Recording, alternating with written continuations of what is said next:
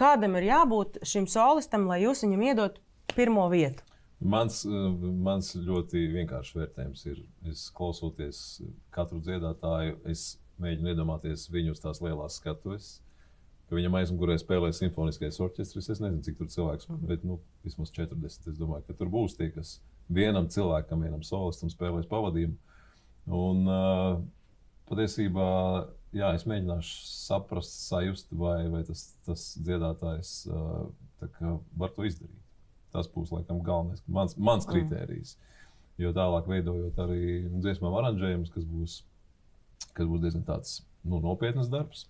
Tas sagatavošanās darbs pēc visiem 5 konkursiem par reģioniem. Tā, mēs dzirdēsim visus dziedātājus.